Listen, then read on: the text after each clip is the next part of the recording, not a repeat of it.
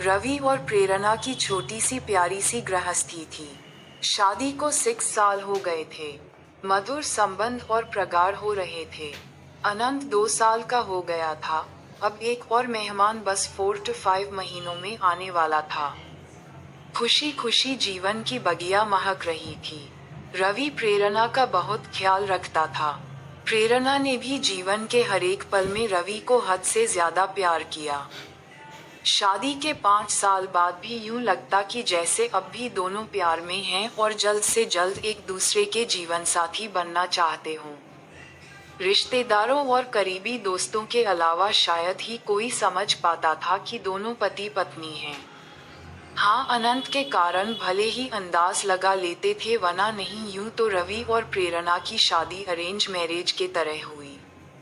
मगर सच यही था कि दोनों एक दूसरे को शादी से 3 वर्ष पहले से जानते थे और एक दूसरे को पसंद करते थे। दिल में एक दूसरे को जगह दी तो फिर कोई और दिल में ना आया। दुनिया एक दूसरे के दिल में ही बसा ली सदा के लिए। सबके लिए एक नियत वक्त आता है और इन दोनों के जीवन में भी वो नियत खूबसूरत वक्त आया जब माता पिता समाज ने इन्हें पति पत्नी के बंधन में बांध दिया। जीवन आगे बढ़ा और प्यार भी। रवि और प्रेरणा के बीच हर तरह की बात होती। अमूमन पति पत्नी बनने के बाद ज्यादातर जोड़ों के बीच बहुत सारी बातें खत्म हो जाती है, मसलन राजनीति, खेलकूद, देश दुनिया, साइंस, करियर, हंसी मजाक आदि आदि। पर इनके बीच सब कुछ पहले जैसा था। हंसी मजाक, ठिठोली, वाद विवाद, एक दूसरे की टांग खिंचाई, एक दूसरे को खास बातों पे सलाह देना लेना, साथ घूमना फिरना, एक ही प्लेट में खाना, एक दूसरे का इंतजार करना आदि सब कुछ बहुत प्यारा था रवि और प्रेरणा के बीच। ऐसा नहीं कि रवि और प्रेरणा के झगड़े ना होते हों, होते थे, मगर वैसे ही जैसे दोस्त लड़ते झगड़ते मुंह फुलाते और आखिर में वही होता, चलो छोड़ो ना यार, जाने दो ना, सॉरी बाबा, माफ कर दो ना, गलती हो गई, और दोनों एक दूसरे को गले लगा लेते। सब कुछ अच्छा चल रहा था, कहीं कोई कमी ना थी। जीवन बगिया प्यार से सराबोर थी। फिर भी जाने क्यों कभी कभी प्रेरणा उदास हो जाती, पर अगले ही क्षण अपनी उदासी झटक कर मुस्कुरा देती। रवि कभी शायद ही उसके उदास पल देख पाता और कभी दिख भी जाता तो प्रेरणा कहती कुछ नहीं, यूं ही। अनंत के साथ दोनों के जीवन और निरंतर करियर की प्रगति से दोनों इतने खुश थे कि कई लोगों के मन में ईर्ष्या भी पैदा हो जाती। हालांकि रवि और प्रेरणा के बीच भी कई सारे अंतर थे जो किसी भी युगल में होना स्वाभाविक है, क्योंकि दो अलग अलग परिवार, परिवेश और अलग शहर के लोग एक हो भी नहीं सकते। परंतु दोनों ने एक दूसरे के साथ बड़ी सहजता से हर तरह का तारतम्य बिठा लिया था।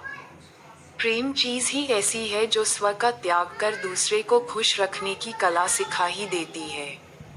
मगर इन सब बातों के बीच एक ऐसी बात थी, एक ऐसी आदत रवि की जो प्रेरणा कभी भी दिल से एक्सेप्ट नहीं कर सकी। हालांकि उसने कोशिश बहुत की। उसने कई बार रवि से कहा भी, बहुत मिन्नतें भी की कि प्लीज इस आदत को छोड़ दो, ये हमारी प्यारी गृहस्थी, हमारे रिश्ते, हमारे अगाध प्यार के बीच एक दाग है।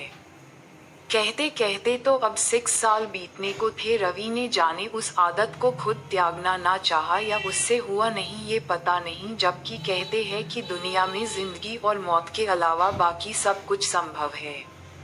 खैर, वक्त बीतता रहा। प्रेरणा ने अपने मन को ही समझा लिए।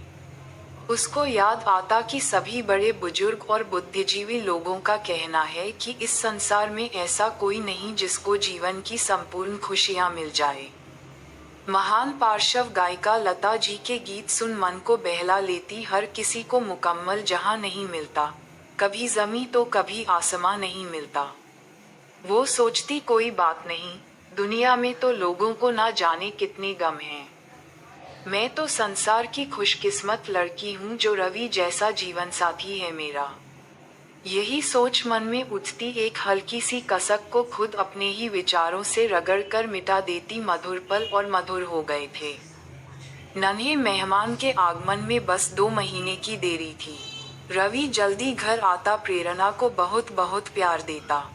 अनंत भी खुश था क्योंकि उसको बताया गया कि मम्मी तुम्हारे लिए जल्दी ही एक बहुत ही सुंदर गुड्डा या गुड़िया लेने जाएंगी जो तुम्हारे साथ खेलेगा भी, दौड़ेगा भी और बातें भी करेगा। अनंत को गोद में लिए रवि प्रेरणा के साथ बैठ घंटों दुनिया जहान की बातें करता। प्रेरणा हर वक्त खुश थी पर कभी कभी अनायास पूछ बैठती, रवि तुम सच में अपनी आदत नहीं छोड़ सकते? रवि उसके हाथ थाम फिर वही बात दोहरा देता जो पिछले 6 साल से कह रहा था, बस 2-4 दिन दे दो मुझे। सच कहता हूँ इस बार पक्का तुम्हें शिकायत का मौका नहीं दूंगा। प्रेरणा कसक भरी मुस्कान के साथ सर हिला देती, ओके प्लीज इस बार जरूर। रवि प्यार से प्रेरणा के माथे को चूम लेता, कभी गालों पर थपकी देकर कहता, इस बार पक्का प्रॉमिस। बात फिर खत्म हो जाती। एक शाम अचानक प्रेरणा का दिल बहुत किया कि आज आइसक्रीम खाने चलते हैं। वैसे भी 2-3 महीने से कहीं बाहर निकली नहीं थी। रवि ने कहा, मैं घर पे ही ले आता हूँ। प्रेरणा नहीं मानी। तीनों तैयार होकर आइसक्रीम पार्लर चले गए। आइसक्रीम खाते हुए बहुत खुश थे तीनों। होनी कुछ और लिखी गई थी जिसका समय नजदीक था। तीनों घर वापस आए। अनंत तो खेलकूद कर निढाल होकर आते ही सो गया। प्रेरणा के दिल में आज फिर एक सोई हुई ख्वाहिश जगी। उसने रवि का हाथ पकड़कर अपनी ओर प्यार से खींचते हुए कहा, रवि सुनो ना एक बात, इधर आओ तो जरा। पर रवि ने पुरानी आदत के अनुसार हाथ छुड़ाते हुए कहा, रुको प्रेरणा, बस 5 मिनट, मैं अभी आया, बस अभी तुम्हारे ही पास आकर बैठता हूँ। कहकर रवि बालकनी में चला गया और सिगरेट पीने लगा। अचानक ही प्रेरणा की तेज चीख सुनकर रवि दौड़ा।